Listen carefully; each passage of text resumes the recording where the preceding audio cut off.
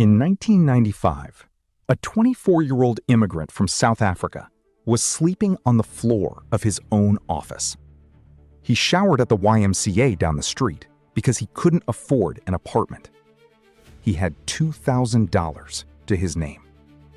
4 years later, he'd walk away from that office with $22 million. And he'd call it one of the biggest disappointments of his life. This is the story of how Elon Musk made his first million and why he never wanted to talk about it.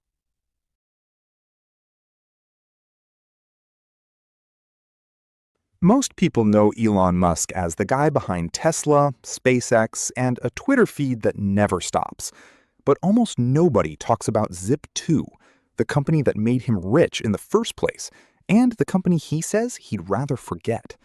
That's exactly why this story matters, because before the rockets and the electric cars, there was a 24-year-old with no money, no connections, and an idea nobody understood yet. Understanding how he got that first million tells you almost everything about how he'd go on to get the next 100 billion. To understand why Zip2 was such a gamble, you have to understand what 1995 actually looked like. Netscape had just gone public that August, the first major internet company to hit the stock market, and it sent Wall Street into a frenzy nobody fully understood yet. Most Americans had never sent an email. The idea of buying something online was, to most people, either science fiction or a scam. Investors were skeptical. Banks were skeptical. Even most of Silicon Valley itself was still figuring out whether the internet was a real business or just an expensive hobby for computer scientists.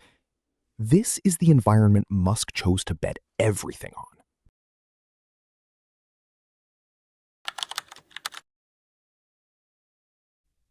Let's set the scene. It's 1995. The internet is barely a thing. Most people have never heard of a web browser. The ones who have think it's a passing fad, something for computer nerds, not something you build a business on. Venture capitalists weren't exactly lining up either. Nobody was making real money on the internet yet, and almost no one believed that would change anytime soon. But Elon Musk saw something different.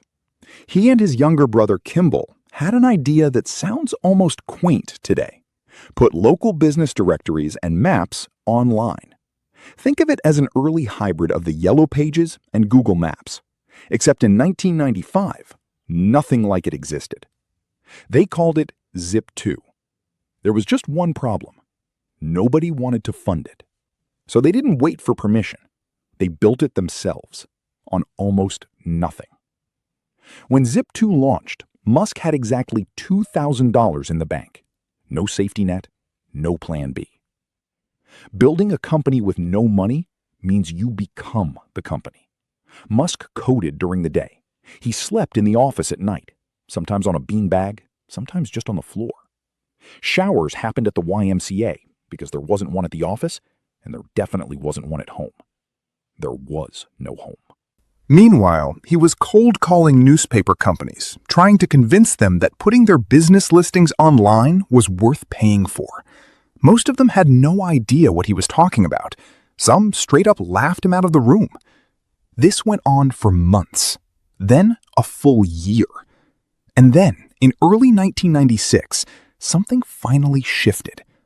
A venture capital firm called Moore Davidow Ventures agreed to invest $3 million into Zip2.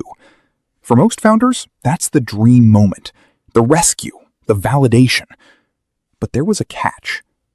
To get the money, Musk had to hand over the majority of his shares and give up operational control of the company he'd built from nothing.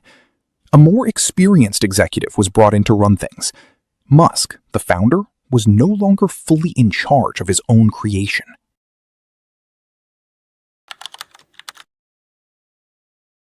He got the funding. He lost the company. Despite losing control, Zip2 kept growing. And in 1999, the offer came.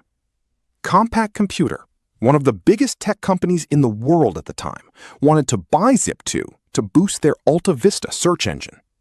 The price tag? roughly $307 million. Musk, still just 27 years old, owned about 7% of the company, after all that dilution from the investment round. His cut? Approximately $22 million.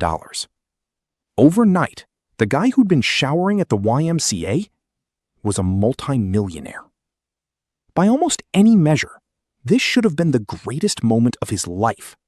For most people, $22 million at 27 is a permanent finish line. Retire, buy the house, never work again. But by most accounts, Musk didn't see it that way.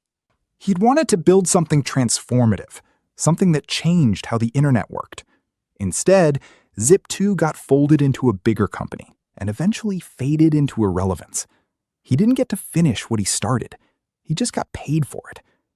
The money was real, but to him, it felt like a consolation prize. Here's where most people's story would end. Musk's didn't.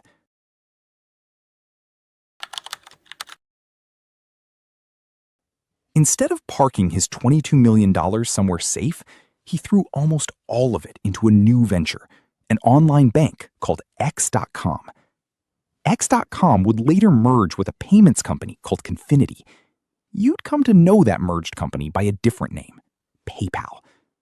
We'll get into exactly how that bet paid off in the next video, because the numbers get a lot bigger from here. So what can we actually take from this? 1. Bootstrap before you beg. Musk built Zip2 to the point of proof of concept with $2,000 before he ever sought outside funding. That's not a coincidence. Investors don't fund ideas, they fund evidence. If you're trying to start something today, the lesson isn't wait until you have money. It's prove it can work with the money you already have. 2. Funding always costs you something. That $3 million investment saved Zip2. It also cost Musk his seat at the top. This is the trade-off almost nobody warns founders about. Outside money doesn't just buy you runway, it buys the investor leverage over your decisions. Before you take funding from anyone, ask yourself what you're actually trading away, not just what you're gaining. 3. Money isn't the same as winning. Musk walked away with $22 million and still considered it a disappointment. On paper, that's absurd. In practice, it says something important. If the outcome doesn't match the mission you actually set out to accomplish, the number in your bank account won't fix that feeling. Success measured only in dollars is still success, but it's not always the success you were chasing. 4. Reinvest instead of retreating. Most people in his position would have banked the money again, almost immediately. That single decision, made at 27 years old, with no guarantee it would work, is the actual difference between guy who got lucky once and guy who built an empire. Luck gets you the first million. What you do with it decides everything after.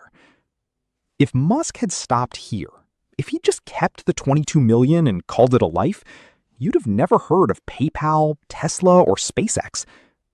Next week, we're covering how that 22 million turned into $180 million, and the founder drama that almost tore the whole thing apart before it ever became PayPal. Subscribe so you don't miss it.